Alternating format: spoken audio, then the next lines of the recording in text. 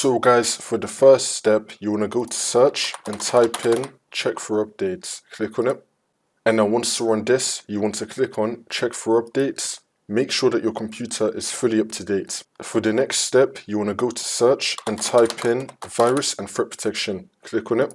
And now once you're on this, you want to click on manage settings. Make sure that you have real-time protection turned on.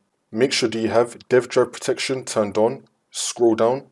Make sure that you have cloud delivery protection turned on. Scroll down. Make sure that you have tamper protection turned on.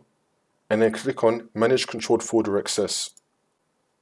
You want to turn on controlled folder access. And then click on yes. Next, on the left hand side, you want to click on virus and threat protection. Scroll down again and then click on protection updates. And then click on check for updates. Make sure that your Microsoft Defender antivirus is fully up to date. Next, on the left hand side, click on virus and threat protection again. And then click on scan options. And now once we're here, you want to run a full scan first. Click on this, scroll down and then click on scan now. It's now going to start running the scan for you. Just wait for this to load, it might take a while.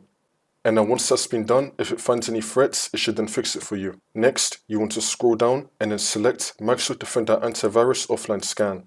And then click on Scan Now. And then click on Scan again.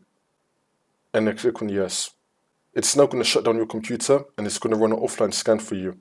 If you're using an Ethernet cable, you can take it out. Just wait for this to load. And it's now going to bring you to here. It's going to start running the Microsoft Defender Offline Scan. Once it's been completed, it will then take you back into Windows and the viruses should now be removed.